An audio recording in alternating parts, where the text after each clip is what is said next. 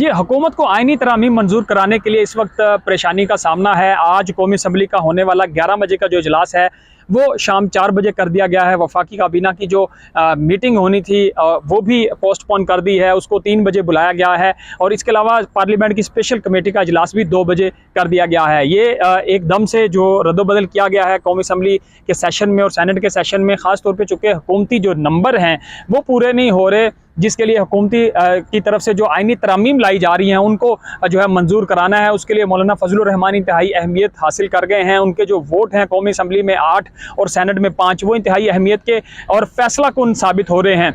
इस वजह से गुज़श्ता रात हमने देखा कि रात गए तक हुकूमती इत्तेहाद की, हुकूमती रहनुमाओं की मुलाकातें मौलाना फजलुर रहमान से जारी रहीं और कोशिश की गई कि जो आईनी तरामीम हुकूमत लेके आ रही है उन पे मौलाना फजलुर रहमान को रजामंद कर लिया जाए। जो इजलास की अंदरूनी कहानी सामने आई है, जिसमें बिलावल भुट्टो भी जाके मौलाना फजलुर रहमान से मिले थे, उसमें उनकी तरफ से ये मौक़िफ़ अपनाया गया है कि मौलाना साहब ने जो आईनी तरामीम का मसवदा है वो मांगा है, वो आज उनको दे दिया जाएगा, जिसमें कुछ जो इस्लाहात हैं मौलाना फजलुर रहमान अपनी तरफ से भी, अपनी पार्टी की तरफ से दे रहे हैं हुकूमत को, और वो ये शर्त रख रहे हैं कि उनकी जो इस्लाहात हैं उनको भी माना जाए। एक जो जजेस की रिटायरमेंट की उम्रें बढ़ाने का जो मामला है उसके ऊपर मौलाना फजलुर रहमान नहीं मान रहे थे। इस पर शायद अब हुकूमत सोच रही है कि एक्सटेंशन वाला मामला जो है वो ना हो, लेकिन एक अलग से आईनी जो जुडिशल एक अदालत है उसका क़याम अमल में लाया जाए। और इसके अलावा बाकी जो जजेस पैनल चीफ जस्टिस की तकर्री के लिए वो होगा, और बाकी हाई कोर्ट्स के जो जजेस होंगे उनके ट्रांसफ़र की जो एक तरमीम है वो लाई जा रही है। तो इस सब के लिए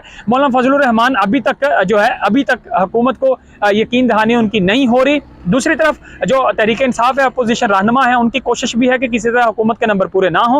उन्होंने मौलाना फजलुर रहमान को कोशिश की है कि वो इन तरामीम की सपोर्ट ना करें। इसी वजह से आज कौमी असम्बली का जो होने वाला इजलास जो है मजीद ताख़ीर का किया गया है, उसका जो टाइम है वो तब्दील किया गया है। और ये भी कहा जा रहा है हुकूमत जहाँ पहले 2 तिहाई अक्सरियत की दावे करती दिखाई दे रही थी, वहाँ पे मौलाना फजलुर रहमान इंतहाई अहमियत के हामिल है। और गुज़श्ता रोज़ सुप्रीम कोर्ट का एक फैसला आया जिसमें 41 जो अरकान असम्बली थे उनको तहरीक इंसाफ का डिक्लेयर किया गया और इलेक्शन कमीशन को ये कहा गया कि फौरी तौर पर इस ऊपर अमल दरामद करें। अब 2 से 3 लोग ऐसे हैं जो तहरीक इंसाफ के आज़ाद अरकान हैं जो इस वक्त लापता भी हैं, वो मुमकिन तौर पे हुकूमत को वोट दे सकते हैं। और एक KPK से मुबारक ज़ेब जो है वो तहरीक इंसाफ के उम्मीदवार को ही उन्होंने हराया था। तो ये 3 वोट जिसको मौलाना फजलुर रहमान के वोट शामिल करने के बाद भी हुकूमत को ज़रूरत होगी, जिनका कहा जा रहा है कि मुमकिन तौर पे वो हुकूमत को इन आईनी तरामीम में सपोर्ट कर सकते हैं। अभी वो लापता हैं, वो कब मंजर पे आते हैं, और आज जब आईनी तरामीम पेश की जाएंगी मुमकिन तौर पर ये आज से कल भी जा सकती हैं। ये भी कहा जा रहा है कि शायद आज ये आईनी तरामीम पेश ना की जाएं, क्योंकि जब भी हुकूमत को ये लगा कि उनके नंबर गेम पूरे हैं, मौलाना मान गए हैं,